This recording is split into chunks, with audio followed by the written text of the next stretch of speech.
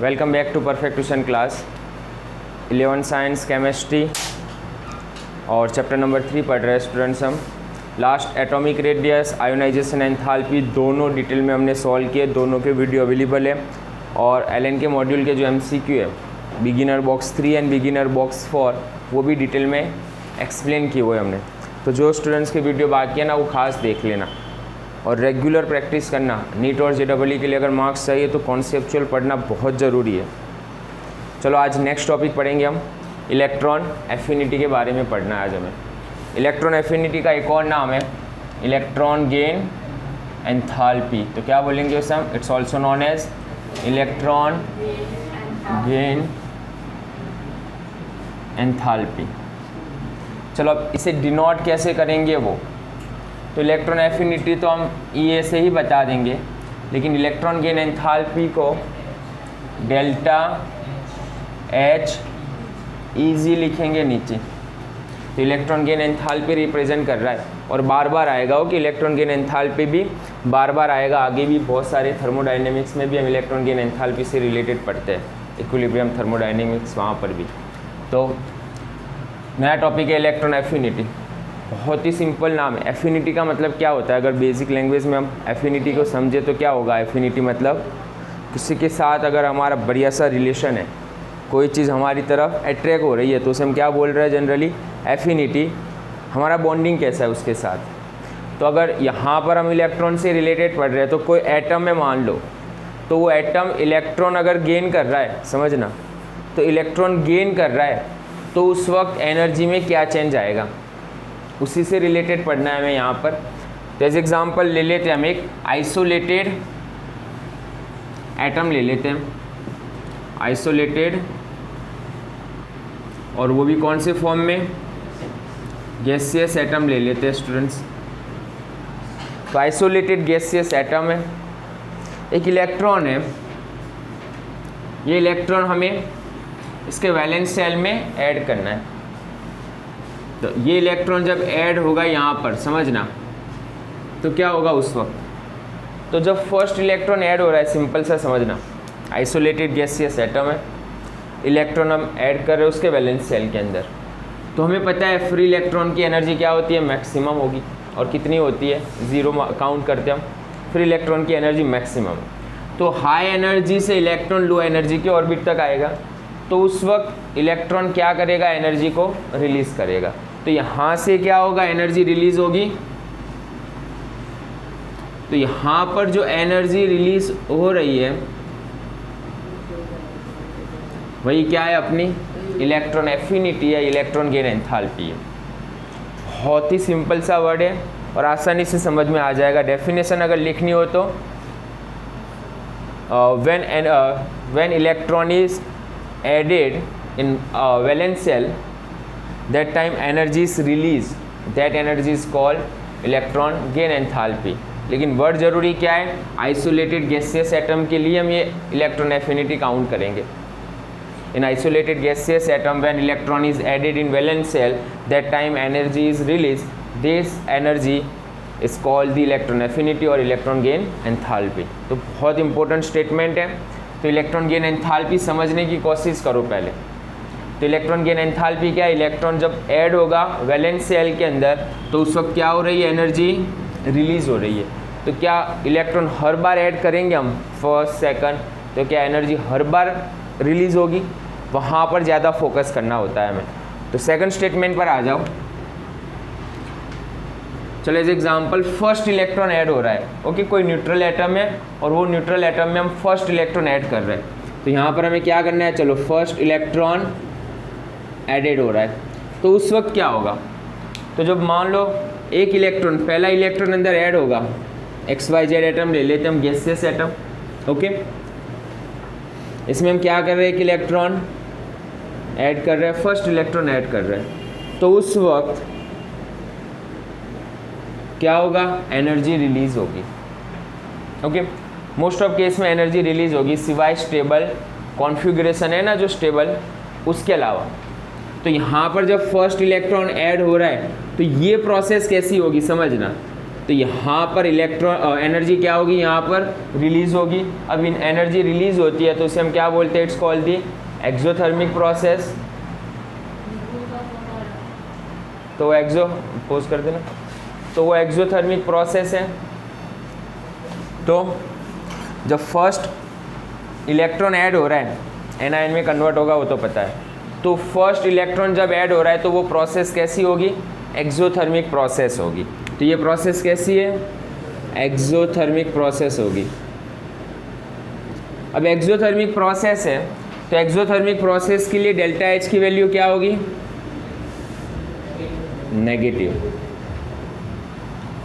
तो क्या सभी जब फर्स्ट इलेक्ट्रॉन ऐड हो रहा है तो सभी प्रोसेस एक्सोथर्मिक होगी, नो। जो स्टेबल इलेक्ट्रॉनिक कॉन्फ़िगरेशन होते हैं उसमें वो प्रोसेस एक्सोथर्मिक नहीं होगी, उसके रीज़न पढ़ेंगे हम आगे। चलो अब सेकंड कंडीशन पर आ जाओ। नेगेटिव के अंदर हम सेकंड इलेक्ट्रॉन ऐड कर रहे हैं, तो यहाँ पर क्या हो रहा है, चलो मान लो सेकंड इलेक्ट्रॉन ऐड हो रहा है, तो उस वक्त क्या होगा, तो X माइनस एनायन है पहले से ही है। अब इसमें हम क्या कर रहे हैं, एक और इलेक्ट्रॉन ऐड कर रहे हैं, -2 का चार्ज होगा यहाँ पर, गैसियस फॉर्म में ये सब। अब समझना है यहाँ पर जब इलेक्ट्रॉन ऐड होगा सेकंड, पहले से ही देखो कौन सा चार्ज है, इसके ऊपर नेगेटिव चार्ज है, पहले से इस पर नेगेटिव चार्ज है, इलेक्ट्रॉन भी नेगेटिव चार्ज है। अब नेगेटिव के अंदर अगर नेगेटिव आएगा तो क्या होगा, नेगेटिव नेगेटिव के बीच में क्या होगा, रिपल्सन होगा। तो यहाँ पर इलेक्ट्रॉन के बीच में इंटर इलेक्ट्रॉनिक रिपल्सन बहुत ज़्यादा होता है, तो यहाँ पर एनर्जी रिलीज नहीं होगी। तो सेकंड इलेक्ट्रॉन अगर हमें ऐड करना है आइसोलेटेड गैसेस एटम में, तो उस वक्त एनर्जी रिलीज नहीं होगी, एनर्जी हमें देनी पड़ेगी। और किसकी वजह से एनर्जी देनी पड़ेगी, इलेक्ट्रॉनिक रिपल्सन की वजह से। तो ये प्रोसेस कैसी होगी, तो ये प्रोसेस ऑलवेज एंडोथर्मिक ही होगी। अब जब एंडोथर्मिक है तो ये डेल्टा एच की वैल्यू और ऑलवेज लिखना, ओके। एक और कंडीशन, अब थर्ड इलेक्ट्रॉन अगर ऐड कर रहे हैं तो क्या होगा, तो वो भी यही होगी, है ना, एंडोथर्मिक प्रोसेस ही होनी है वो भी और ज़्यादा। एक बढ़िया सा स्टेटमेंट है, इसी से स्टेटमेंट समझना। यहाँ पर जो भी पोली नेगेटिव आयन बन रहे हैं, मतलब ये इस पर 2 का चार्ज है, तो जो पोली नेगेटिव एनायन होते हैं, पोली नेगेटिव एनायन, जैसे कि O-2 N3- C4-, अगर कोई भी पोली नेगेटिव एनायन है, मतलब एक उससे ज़्यादा चार्ज है ना, तो इसके लिए ऑलवेज प्रोसेस क्या होगी, एंडोथर्मिक ही होगी। तो ऑलवेज इसके लिए ये प्रोसेस एंडोथर्मिक ही होनी है। ये भी बहुत इंपॉर्टेंट स्टेटमेंट है, ओके। अब एग्जाम्पल, बढ़िया सा एक एग्जाम्पल ले लेते हैं हम यहाँ पर। चलो ऑक्सीजन के लिए एग्जाम्पल ले लेते हैं। ऑक्सीजन में मान लो फर्स्ट इलेक्ट्रॉन ऐड हो रहा है, क्या होगा ये O-1, फर्स्ट इलेक्ट्रॉन ऐड हुआ, एंथैल्पी चेंज आएगी यहाँ पर। तो कितनी आ रही है इलेक्ट्रॉन गेन एंथैल्पी यहाँ पर, -141, ओके, -141 किलो कैलोरी किलोजूल पर मोल। अब समझना कि जब ऑक्सीजन में फर्स्ट इलेक्ट्रॉन ऐड हो रहा है तो उस वक्त कितनी एनर्जी रिलीज हो रही है, माइनस मतलब क्या है, एनर्जी रिलीज हो रही है। माइनस मतलब कोई एनर्जी नेगेटिव फॉर्म में नहीं हो सकती, लेकिन माइनस का सिंबल क्या रिप्रेजेंट कर रहा है, एनर्जी रिलीज हो रही है, और प्लस का सिंबल क्या बता रहा है, उतनी एनर्जी हमें ऐड करनी पड़ रही है। तो यहाँ पर -141 मतलब 141 किलो जूल जितनी एनर्जी क्या हो रही है, रिलीज होगी, जब 1 मोल ऑक्सीजन के अंदर हम 1 मोल इलेक्ट्रॉन ऐड करेंगे। तो इतनी एनर्जी रिलीज हो रही है। प्रोसेस कैसी हुई, एक्सोथर्मिक। अब चलो इसी के अंदर हम सेकंड इलेक्ट्रॉन ऐड कर रहे हैं, मतलब O-1 एक और इलेक्ट्रॉन ऐड हो रहा है। अब सिंपल तरीके से समझो, यहाँ पर पहले से नेगेटिव चार्ज है, एक और नेगेटिव आ रहा है, तो नेगेटिव नेगेटिव के बीच में क्या होना है, इंटर इलेक्ट्रॉनिक रिपल्सन होगा, और रिपल्सन इतना ज़्यादा होगा कि एनर्जी रिलीज नहीं होगी। अगर मुझे सेकंड इलेक्ट्रॉन ऐड करना है तो उस वक्त एनर्जी कितनी आएगी बोलो, electron gain enthalpy plus 744 kilo joule per mole, मतलब इतनी एनर्जी हमें देनी पड़ेगी। अब ओवरऑल रिएक्शन की एनर्जी देखो, ओवरऑल रिएक्शन क्या हो रहा है अब यहाँ पर, ओवरऑल रिएक्शन क्या हो रहा है कि O कितने इलेक्ट्रॉन गेन कर रहा है, 2 ना, ये तो कैंसिल हो जाएगा, और सामने कितना होगा O-2। तो ओवरऑल एनर्जी कितनी हुई, अगर ऑक्सीजन के अंदर 2 इलेक्ट्रॉन ऐड हो रहा है तो वो प्रोसेस एक्सोथर्मिक है या एंडोथर्मिक है, तो माइनस करके देख लो कितना आ रहा है ये, तो 603 ना। तो देखो फाइनल एनर्जी कितनी हुई, इलेक्ट्रॉन गेन एंथैल्पी कितनी हो रही है, प्लस मतलब क्या हुई, एंडोथर्मिक प्रोसेस है। तो इलेक्ट्रॉन एफिनिटी ऑक्सीजन के लिए क्या होगा, 2 इलेक्ट्रॉन अगर ऐड कर रहे हैं तो वो प्रोसेस एंडोथर्मिक होगी। नो डाउट फर्स्ट इलेक्ट्रॉन में एनर्जी रिलीज हो रही है, लेकिन इतनी एनर्जी रिलीज हो रही है, लेकिन सेकंड जो इलेक्ट्रॉन हमें ऐड करना है उसमें तो बहुत सारी एनर्जी ऐड करनी पड़ रही है। तो ये तो यहाँ से इतनी एनर्जी तो पहले ही कैंसिल हो गई, तो ओवरऑल एनर्जी कितनी होगी 603 किलो जूल पर मोल। तो ओवरऑल ये प्रोसेस क्या हो रही है, एंडोथर्मिक प्रोसेस है, समझना ये बहुत इंपॉर्टेंट स्टेप है। ओके यहाँ पर चलो नेक्स्ट उससे आगे और बेसिक एक और चीज़ ले लेते हैं हम, electron affinity of neutral atom. कोई न्यूट्रल एटम है, electron affinity of neutral atom, electron affinity of neutral atom मतलब X है, इलेक्ट्रॉन गेन कर रहा है वो, और किस में कन्वर्ट होगा, एनायन में कन्वर्ट होगा। पॉइंट समझना। ओके ये क्या है, ये X एटम एक इलेक्ट्रॉन गेन कर रहा है और X-1 में कन्वर्ट हुआ, इसे हम क्या बोलते हैं, इलेक्ट्रॉन एफिनिटी बोलेंगे। ये सिंपल सा वर्ड है इलेक्ट्रॉन एफिनिटी के लिए, हो गया। अब ये इलेक्ट्रॉन एफिनिटी कितनी होगी, अब दूसरा स्टेटमेंट समझो यहाँ से कि X-1 क्या कर रहा है, X में कन्वर्ट हो रहा है, न्यूट्रल में कन्वर्ट हो रहा है, और एक इलेक्ट्रॉन क्या कर रहा है, रिलीज हो रहा है बैकवर्ड में, समझो। तो इलेक्ट्रॉन एफिनिटी न्यूट्रल एटम की जितनी होगी, आयोनाइजेशन एंथैल्पी भी कितनी होगी एनायन की, सेम ना। ये जितनी एनर्जी इसमें कन्वर्ट होने के लिए जितनी एनर्जी रिलीज कर रहा है, उतनी एनर्जी हमें एनायन के लिए देनी पड़ेगी एक इलेक्ट्रॉन रिमूव करने के लिए। तो electron affinity of neutral atom किसके बराबर है, आयोनाइजेशन एंथैल्पी ऑफ एनायन, है ना। देखो आसानी से समझ में आ जाएगा, ये न्यूट्रल एटम एनायन में कन्वर्ट हुआ, इलेक्ट्रॉन एफिनिटी हुई, और ये एनायन ने क्या किया, वापस इलेक्ट्रॉन लॉस किया, आयोनाइजेशन एंथैल्पी हुई, और दोनों की एनर्जी क्या इक्वल है।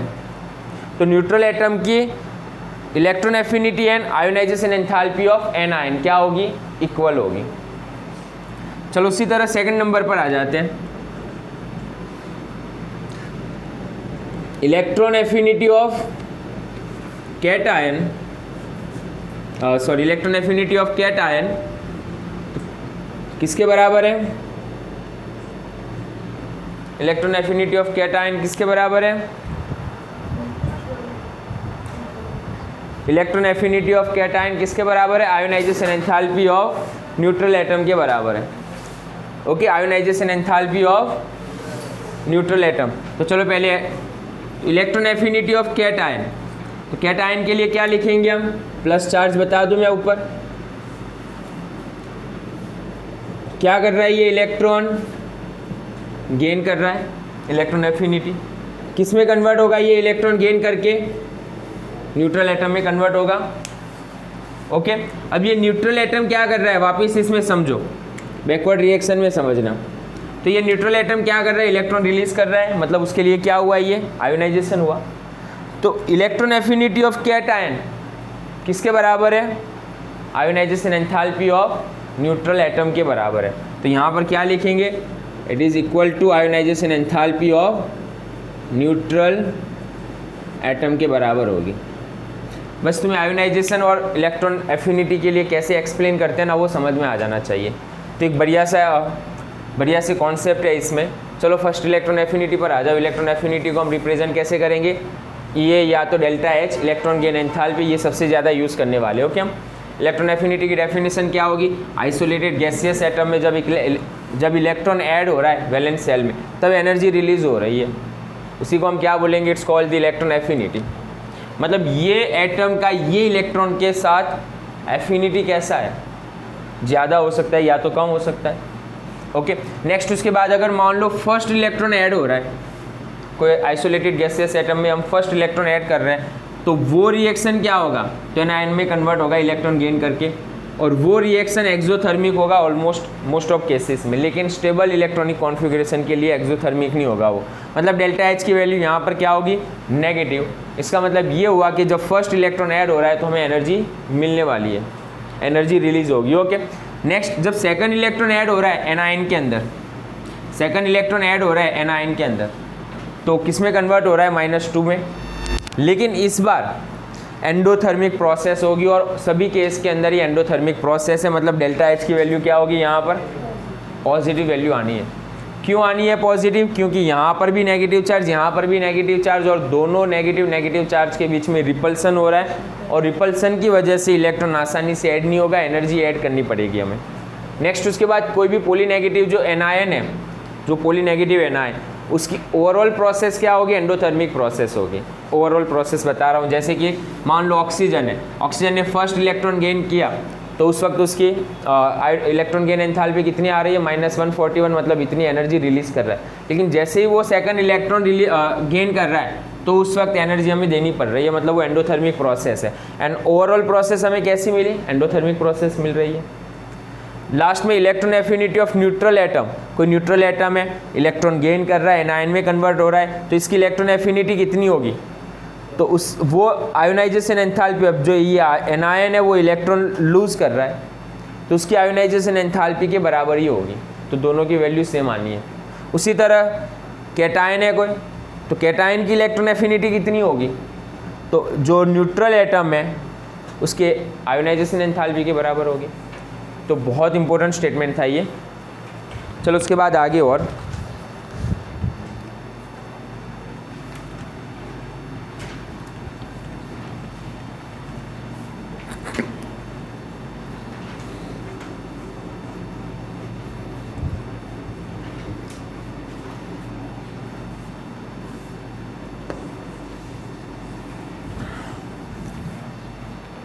चलो नेक्स्ट टॉपिक है factors affecting on electron affinity.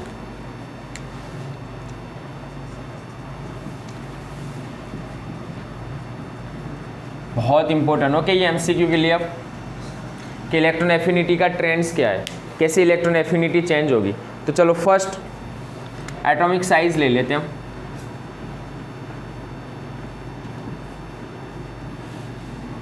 Atomic size मतलब रेडियस की बात कर रहा हूँ मैं।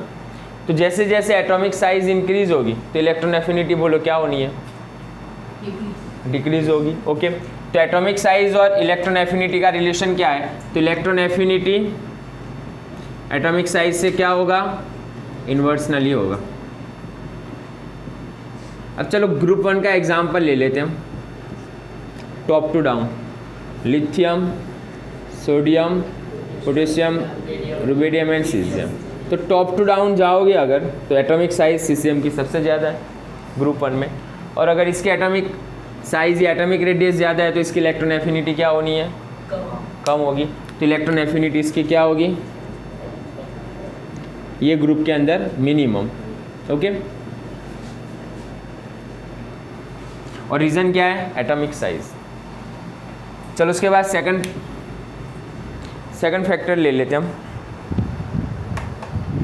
एक और एग्जाम्पल भी ले लेते हैं। लेफ़्ट टू राइट चलते हैं चलो पीरियड के अंदर, सेकंड पीरियड के अंदर। तो लास्ट 3 है ना जो, वो nitrogen, oxygen and fluorine, left to right. तो तीनों में से इलेक्ट्रॉन एफिनिटी किसकी ज़्यादा होगी, लेफ़्ट टू राइट जा रहे हैं, सिंपल सा। एटॉमिक रेडियस क्या हो रही है, कम हो रही है। एटॉमिक रेडियस किसकी कम होगी, फ्लोरीन की होगी। फ्लोरीन की एटॉमिक रेडियस कम है, मतलब क्या हुआ इसमें, इलेक्ट्रॉन एफिनिटी सबसे ज़्यादा होगी। तो इलेक्ट्रॉन एफिनिटी किसकी ज़्यादा होगी? फ्लोरीन की ज़्यादा होगी। समझना, कुछ एक्सेप्शन केस लिखाऊंगा मैं तुम्हें, इसलिए अभी 3 ही एग्जाम्पल ले रहा हूँ। तो रीज़न हमें पता है कि लेफ़्ट टू राइट जा रहे हैं, नाइट्रोजन से फ्लोरीन, एटॉमिक रेडियस डिक्रीज़ होगा। एटॉमिक रेडियस डिक्रीज़ हो रहा है तो इलेक्ट्रॉन एफिनिटी भी इंक्रीज़ होनी है। तो ये फर्स्ट फैक्टर था। चलो सेकंड फैक्टर पर चलते हैं। सेकंड फैक्टर क्या है? Z effect, effective nuclear charge. चलो effective nuclear charge electron affinity से क्या है? Directly proportional. सिंपल सी चीज़ है, जिसका इफेक्टिव न्यूक्लियर चार्ज ज़्यादा होगा उसका इलेक्ट्रॉन अपनी तरफ खींचने की एफिनिटी भी ज़्यादा होगी, अट्रैक्शन भी ज़्यादा होगा। एक और चीज़ है, इलेक्ट्रॉन एफिनिटी किसके लिए ज़्यादा होगी? Positive charge. अगर किसी के ऊपर पॉजिटिव चार्ज है, कोई कैटायन है और एक एनायन है समझो, तो इलेक्ट्रॉन एफिनिटी किसकी ज़्यादा होगी? तो कैटायन की होगी, क्योंकि कैटायन पर पॉजिटिव चार्ज है। तो पॉजिटिव चार्ज इलेक्ट्रॉन को अपनी तरफ आसानी से खींच लेगा। लेकिन जो एनायन है, एनायन पर नेगेटिव चार्ज है, तो नेगेटिव चार्ज को अपनी तरफ आसानी से खींच नहीं पाएगी। तो इलेक्ट्रॉन एफिनिटी पॉजिटिव चार्ज से डायरेक्टली क्या होगा? प्रोपोर्शनल। जबकि नेगेटिव चार्ज से क्या होगा? इन्वर्सनली प्रोपोर्शनल होगा।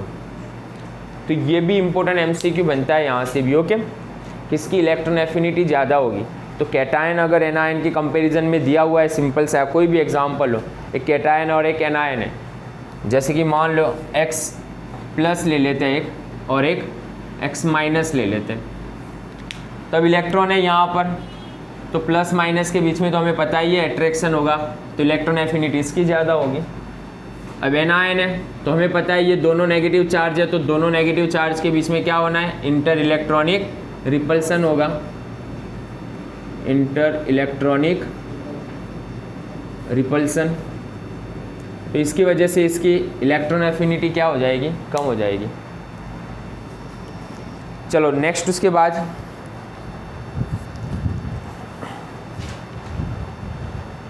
Half fill and full fill stability से रिलेटेड है। एक थर्ड फैक्टर ले लेते हैं हम, half filled and full filled electronic configuration. चलो इसका एग्जांपल ही ले लेते हैं सीधा सा।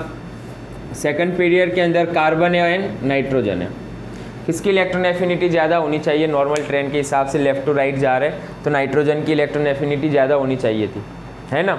लेकिन इलेक्ट्रॉन एफिनिटी कार्बन की ज़्यादा है। समझना, बहुत इंपॉर्टेंट स्टेटमेंट है। इलेक्ट्रॉन एफिनिटी किसकी ज़्यादा आती है? कार्बन की। एक्सप्लेन कैसे करोगे अब तुम? तो कार्बन का electronic configuration 1s2 2s2 2p2, और नाइट्रोजन के लिए 1s2 2s2 एंड 2p3। अब देख लो यहाँ पर कितने इलेक्ट्रॉन है? यहाँ पर तो सिर्फ 2 इलेक्ट्रॉन है, और यहाँ पर नाइट्रोजन में कौन सा रूल्स लगता है? Half filled. स्टेबिलिटी ज़्यादा है, स्टेबिलिटी ज़्यादा होने की वजह से ये इजीली इलेक्ट्रॉन गेन नहीं करेगा, जबकि कार्बन इजीली कर लेगा। तो इलेक्ट्रॉन एफिनिटी किसकी ज़्यादा हुई? कार्बन की ज़्यादा हुई। तो ये भी बहुत इंपॉर्टेंट स्टेटमेंट है। Okay, half fill and full fill की स्टेबिलिटी ज़्यादा होगी, स्टेबिलिटी ज़्यादा होगी तो इजीली इलेक्ट्रॉन गेन नहीं करेगा वो। तो सेकंड पीरियड के अंदर ये ट्रेंड हल्का सा चेंज होने वाला है, कार्बन और नाइट्रोजन। इसमें कोई प्रॉब्लम नहीं हो कि नाइट्रोजन ऑक्सीजन, तो मान लो मैं यहाँ पर कार्बन ऐड कर लूँ तो क्या आएगा आंसर? यहाँ पर ग्रेटर देन होगा। कार्बन की इलेक्ट्रॉन एफिनिटी नाइट्रोजन से ज़्यादा होगी कार्बन की। ये एमसीक्यू कई बार आया हुआ है। ओके, ये एमसीक्यू कई बार पूछा आज आ गया है, carbon nitrogen oxygen and fluorine से रिलेटेड क्या होगा। तो इम्पोर्टेंट एमसीक्यू है ये। चलो नेक्स्ट, उसके बाद एक और इसमें एक ट्रेंड लिख लेते हैं हम, सिंपल सी अगर हिंट देनी है तो शॉर्ट ट्रिक समझ लेना। अगर 2 एटम है और उसमें NS1 एक इलेक्ट्रॉन है और दूसरे के अंदर NS2 के अंदर 2 इलेक्ट्रॉन है, S ऑर्बिटल में। आउटर मोस्ट क्या है? NS है। आउटर मोस्ट ऑर्बिटल S है, मतलब मैं S ब्लॉक की बात कर रहा हूँ। S के अंदर 1 इलेक्ट्रॉन, यहाँ पर S के अंदर 2 इलेक्ट्रॉन है, मतलब ये S तो फुलफिल हो गया। तो किसकी इलेक्ट्रॉन एफिनिटी ज़्यादा? कौन इलेक्ट्रॉन को आसानी से खींच लेगा? तो NS1 की इलेक्ट्रॉन एफिनिटी क्या होगी? यहाँ पर ज़्यादा ही होगी। उसी तरह अगर हम कंपेयर कर रहे हैं NS2 NP2, p ऑर्बिटल में 2 इलेक्ट्रॉन है, NS2 NP3, पी के अंदर 3 इलेक्ट्रॉन्स हैं, तो क्या होगा, किसकी आयोनाइज इलेक्ट्रॉन एफिनिटी ज़्यादा होगी, Np2 की इलेक्ट्रॉन एफिनिटी क्या होनी है, ज़्यादा ही होगी। तो 3 फैक्टर्स यहाँ पर खास ध्यान रखना, MCQ बनता है यहाँ से।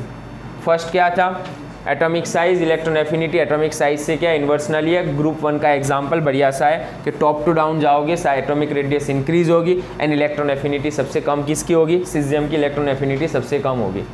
ये भी important MCQ direct. Okay, second number, left to right जब हम पीरियड में जाएंगे तो नाइट्रोजन, ऑक्सीजन एंड फ्लोरीन की बात कर रहा हूँ, कार्बन वहाँ से एग्जाम्पल लेंगे। ओके, तो क्या होगा, फ्लोरीन की इलेक्ट्रॉन एफिनिटी क्या होगी, सबसे ज़्यादा होगी, ये तीनों की कंपेयर में। क्लियर है ना। Second, Z effect, effective nuclear charge, जिसकी इफेक्टिव न्यूक्लियर चार्ज ज़्यादा होगा वो इलेक्ट्रॉन को आसानी से अपनी तरफ अट्रैक्ट कर लेगा। मतलब पॉजिटिव चार्ज जो है, जिस पर पॉजिटिव चार्ज है, मान लो इस तरह है ना, तो उसकी इलेक्ट्रॉन एफिनिटी ज़्यादा होगी, जबकि नेगेटिव चार्ज की इलेक्ट्रॉन एफिनिटी क्या होगी, कम होगी। रीज़न क्या है, इंटर इलेक्ट्रॉनिक रिपल्सन की वजह से। Next, half fill and full fill के लिए हमने एग्जाम्पल कौन सा लिया है, कार्बन एंड नाइट्रोजन।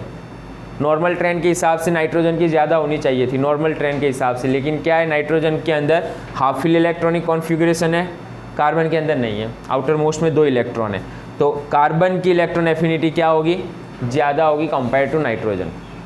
तो ये भी ट्रेंड हमें समझना है। चलो नेक्स्ट, उसके बाद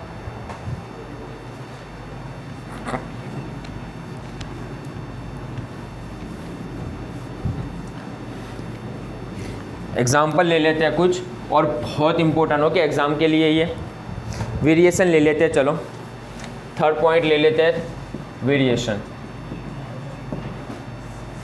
वेरिएशन में बहुत चेंज आ रहा है, याद रखना केमिस्ट्री एक एक्सेप्शन है, एक्सेप्शन के अंदर भी और ज़्यादा एक्सेप्शन आते हैं, तो बहुत सारे एक्सेप्शन केस है। ऐसा नहीं है कि हमने इलेक्ट्रॉन एफिनिटी मान ली कि यस एटॉमिक साइज बढ़ेगी तो इलेक्ट्रॉन एफिनिटी कम होगी, सबके लिए राइट नहीं है। ओके, हाँ, जहाँ पर एक्सेप्शन है उसका कंप्लीट एक्सप्लेनेशन भी है, ऐसा नहीं है कि ऐसे ही एक्सेप्शन कर दिया और कुछ पता नहीं, नो, सबका डिटेल में एक्सप्लेनेशन भी होगा। चलो वेरिएशन ले लेते हैं हम सेकंड पीरियड के लिए, और बहुत इंपॉर्टेंट, यहाँ से MCQ बनता है ये। सेकंड पीरियड के लिए आ जाओ, lithium, beryllium, boron, carbon, nitrogen, oxygen and fluorine and. चलो सबसे ज़्यादा इलेक्ट्रॉन एफिनिटी किसकी, पहले तो इसमें से half fill and full fill वाला कॉन्फ़िगरेशन निकाल दो। तो नियॉन हमें पता ही है फुल फिल होगा, नाइट्रोजन हाफ फिल लग रहा है, बेरिलियम में भी लगेगा ना, 1s2 2s2 4 इलेक्ट्रॉन है, तो यहाँ पर भी s ऑर्बिटल क्या है, समझना ये। अब ये तीनों में सबसे इलेक्ट्रॉन एफिनिटी सबसे ज़्यादा, पूरे ट्रेंड में इलेक्ट्रॉन एफिनिटी सबसे ज़्यादा कम और किसकी ज़्यादा, तो चलो नियॉन, इससे इलेक्ट्रॉन की ज़रूरत है कोई, नो, तो इसकी इलेक्ट्रॉन एफिनिटी सबसे क्या होगी, कम होनी है।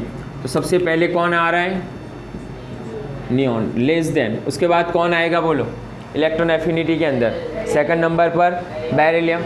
अब बेरिलियम एंड नाइट्रोजन, तो बेरिलियम की एटॉमिक रेडियस कम है, समझना, हाँ ये फुल फिल है, 2s2 है आउटर मोस्ट, इसीलिए। ओके, तो यहाँ पर कौन आना है, सेकंड नंबर पर बेरिलियम, देन कौन आएगा, नाइट्रोजन। अब ये तीनों ट्रेंड समझना, ये भी इम्पोर्टेंट है, इनको चाहिए इलेक्ट्रॉन, चाहिए ही नहीं इनको, इजीली इलेक्ट्रॉन ही नहीं चाहिए इनको, तो मतलब इलेक्ट्रॉन अगर हम ऐड कर रहे हैं तो ये एनर्जी रिलीज़ करना ही नहीं चाहेंगे क्योंकि स्टेबल है। तो इलेक्ट्रॉन एफिनिटी इनकी कैसी होनी है, हर बार हमने पहले क्या बोला था, इलेक्ट्रॉन एफिनिटी याद करो, फर्स्ट स्टेटमेंट जब स्टार्ट किया ना हमने, जब फर्स्ट इलेक्ट्रॉन ऐड हो रहा है तो इलेक्ट्रॉन एफिनिटी क्या होगी उस वक्त, एक्सोथर्मिक। लेकिन ये सिर्फ एक्सेप्शन केस लिया था वहाँ पर भी, स्टेबल इलेक्ट्रॉनिक कॉन्फ़िगरेशन के लिए, तो ये स्टेबल इलेक्ट्रॉनिक कॉन्फ़िगरेशन है, और यहाँ पर क्या होगी बोलो, एंडोथर्मिक प्रोसेस होगी। तो ये तीनों के लिए इलेक्ट्रॉन एफिनिटी क्या होगी, एंडोथर्मिक होगी, एनर्जी हमें देनी पड़ेगी, डेल्टा एच की वैल्यू पॉजिटिव आ रही है। तो सेकंड ट्रेंड, सेकंड पीरियड के लिए बढ़िया ट्रेंड MCQ बनता है वहाँ पर। चलो उसके बाद आ जाते हैं फिर कंपैरिजन में कौन आ रहा है, lithium and beryllium. Generally trend में क्या होना चाहिए था, left to right electron affinity increase होनी चाहिए थी ना, पहले तो तीन तो हमने अलग निकाल दिए, full fill and half fill से रिलेटेड। अब चलो ये दोनों में किसकी ज़्यादा होगी इलेक्ट्रॉन एफिनिटी, बोरॉन की इलेक्ट्रॉन एफिनिटी ज़्यादा आ रही है, किसके कंपेयर में, वरना क्या होना चाहिए था? अब रीजन क्या है? लिथियम की इलेक्ट्रॉन एफिनिटी क्या है? ज़्यादा है कंपेयर टू बोरॉन। तो रीजन क्या होगा बोलो? तो बोरॉन के अंदर इलेक्ट्रॉनिक कॉन्फ़िगरेशन क्या है? 1s2 2s2 2p1, और यहाँ पर लिथियम के लिए इलेक्ट्रॉनिक कॉन्फ़िगरेशन क्या है? 1s2 2s1। अब जो हम इलेक्ट्रॉन ऐड करने वाले हैं, फर्स्ट इलेक्ट्रॉन जो ऐड करेंगे वो कहाँ जाएगा? 2p1 में। यहाँ पर कहाँ जाना है इलेक्ट्रॉन को? 2s1 में। तो s ऑर्बिटल न्यूक्लियस से नज़दीक होगा या p ऑर्बिटल नज़दीक होगा? s ऑर्बिटल इलेक्ट्रॉन से नज़दीक होगा, मतलब उसकी एफिनिटी क्या होगी? ज़्यादा होगी, जेड इफेक्ट ज़्यादा। तो ये क्यों इसकी इलेक्ट्रॉन एफिनिटी ज़्यादा है? रीज़न क्या होगा? s orbital is near to nucleus. तो इसके लिए ये रीज़न होगा। Okay, s orbital is near to nucleus. तो इसके लिए ये रीज़न लिखना है तुम्हें, और बहुत इंपॉर्टेंट स्टेटमेंट है ये भी। कई बार डायरेक्ट एमसीक्यू ये भी आ गया है। ओके, वरना नॉर्मल ट्रेंड के हिसाब से जाओ तो किसकी इलेक्ट्रॉन एफिनिटी ज़्यादा होनी चाहिए थी? बोरॉन की ज़्यादा होनी चाहिए थी। इफेक्टिव न्यूक्लियर चार्ज जिसका ज़्यादा है, समझना। लेकिन रीज़न समझना, यहाँ पर बोरॉन की इलेक्ट्रॉन एफिनिटी लिथियम से कम है, और क्यों कम है ना, वो रीज़न समझना है हमें। तो रीज़न क्या है? s orbital is near to nucleus compare to p orbital. Penetration power हमें पता है s का ज़्यादा होता है। चलो उसके बाद जो अब बचे कौन? Carbon, oxygen and fluorine. तो उसके लिए क्या होगा? तो कार्बन, ऑक्सीजन एंड फ्लोरीन। फिर यहाँ पर कोई प्रॉब्लम नहीं। ओके, ये नॉर्मल ट्रेंड है। तो अगर एग्ज़ाम में कोई भी यहाँ से ट्रेंड पूछ ले तुम्हें, समझना, कोई भी ट्रेंड पूछ सकते हैं यहाँ से, चार कोई भी एलिमेंट दे दे तुम्हें और इलेक्ट्रॉन एफिनिटी क्या होगी, तो ऑलवेज तुम्हें ये याद रखना है। तो सेकंड पीरियड में सबसे ज़्यादा इलेक्ट्रॉन एफिनिटी किसकी है? फ्लोरीन की है। और सबसे कम किसकी है? नियॉन की होगी। सेकंड पीरियड के लिए कौन सी इलेक्ट्रॉन एफिनिटी एंडोथर्मिक होगी? तो ये तीनों के लिए एंडोथर्मिक होगी। दूसरा एक और क्वेश्चन यहाँ से भी बनता है, बोरॉन एंड लिथियम में इलेक्ट्रॉन एफिनिटी किसकी ज़्यादा? लिथियम की ज़्यादा। रीज़न क्या है? s orbital is near to the nucleus. तो ये भी बहुत इंपॉर्टेंट एमसीक्यू। चलो एक और लास्ट वेरिएशन देख लेते हैं। अगेन मोस्ट इंपॉर्टेंट एमसीक्यू आ रहा है। Okay, again most important MCQ आ रहा है। चलो वेरिएशन देख रहे हैं इन ग्रुप के अंदर। तो ग्रुप में जनरल ट्रेंड क्या पढ़ा है हमने? Top to down the group जाएंगे तो बोलो क्या होगा? डाउन दी ग्रुप जाएंगे तो एटॉमिक रेडियस क्या होगी? इंक्रीज होगी। और इलेक्ट्रॉन एफिनिटी क्या होगी? डिक्रीज होगी। ये नॉर्मल ट्रेंड है, लेकिन एक्सेप्शन तो वहाँ पर भी मिलेंगे हमें। जैसे कि एक एक्सेप्शन ले लेते हैं, ग्रुप 17 मोस्ट इंपॉर्टेंट एग्जाम के लिए, मोस्ट इंपॉर्टेंट एग्जाम के लिए। ओके, ये ग्रुप 17 कौन है? Fluorine, chlorine, bromine and iodine. चलो फ्लोरीन के लिए इलेक्ट्रॉन एफिनिटी कितनी है? तो मैं डेटा लिख रहा हूँ यहाँ पर, माइनस, मॉड्यूल में नहीं है डेटा, टेक्स्ट बुक में मिल जाएंगे, -328। क्लोरीन के लिए 349, देन -324 एंड -294। थोड़ा आगे पीछे हो सकता है डेटा, हो गया, लेकिन यही होगा मैक्सिमम। तो अब समझना पॉइंट, टॉप टू डाउन होना क्या चाहिए था? इलेक्ट्रॉन एफिनिटी कम होनी चाहिए थी, यही ट्रेंड होना चाहिए ना। लेकिन फोकस करो फ्लोरीन, तो उसके हिसाब से तो फ्लोरीन की इलेक्ट्रॉन एफिनिटी सबसे ज़्यादा होनी चाहिए थी। फ्लोरीन की इलेक्ट्रॉन एफिनिटी कितनी है? -328 है। क्लोरीन की कितनी है? ज़्यादा हो गई। समझ रहे हो ना पॉइंट? तो क्लोरीन की इलेक्ट्रॉन एफिनिटी फ्लोरीन से ज़्यादा आ रही है। तो अगर इसका ट्रेंड मुझे लिखना हो तो क्या होगा बोले एग्जाम में question? Chlorine, then fluorine, then bromine and then iodine. Most important MCQ याद रखना ही है। सभी students fluorine, chlorine, bromine, iodine इस तरह याद करके आते हैं।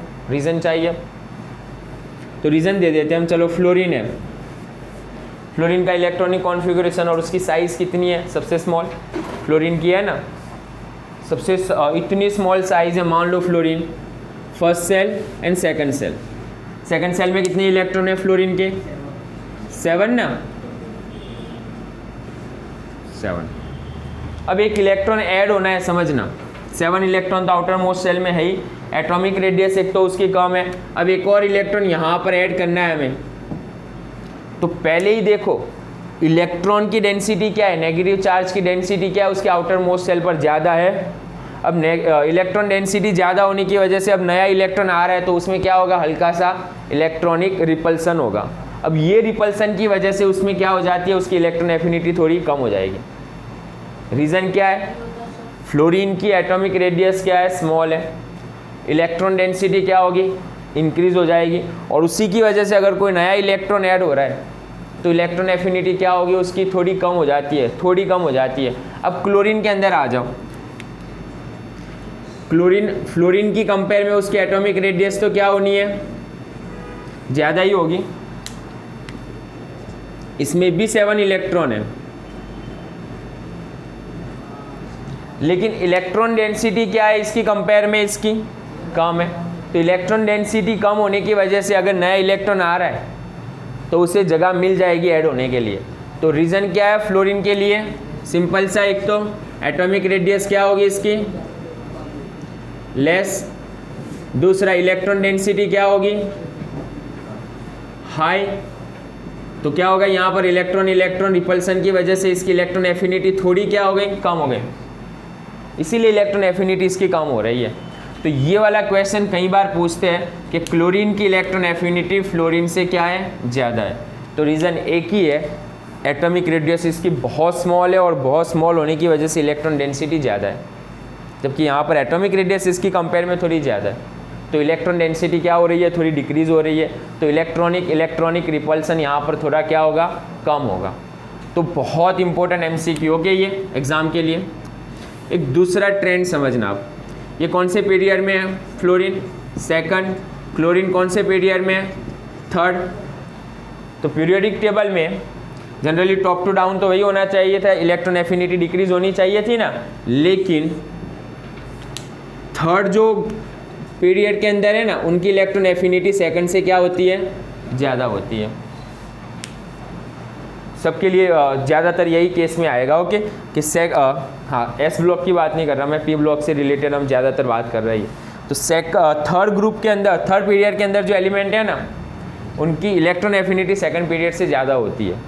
जैसे कि फर्स्ट केस तो ये आ गया, दूसरा केस ले लेते हैं, चलो ऑक्सीजन फैमिली के अंदर हम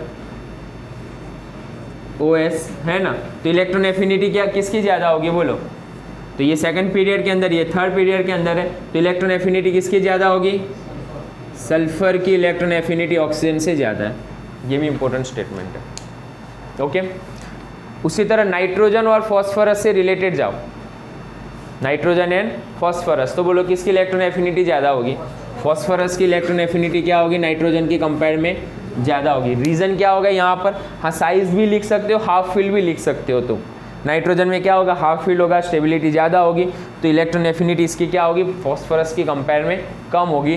तो अगेन ये भी इंपॉर्टेंट एमसीक्यू है ओके, क्योंकि जो नॉर्मल ट्रेंड है वो नॉर्मल ट्रेंड के हिसाब से ही नहीं है, और एग्जाम में क्वेश्चन यही पूछे जाते हैं जो नॉर्मल ट्रेंड से अलग है ना, वही एमसीक्यू ज़्यादातर आते हैं।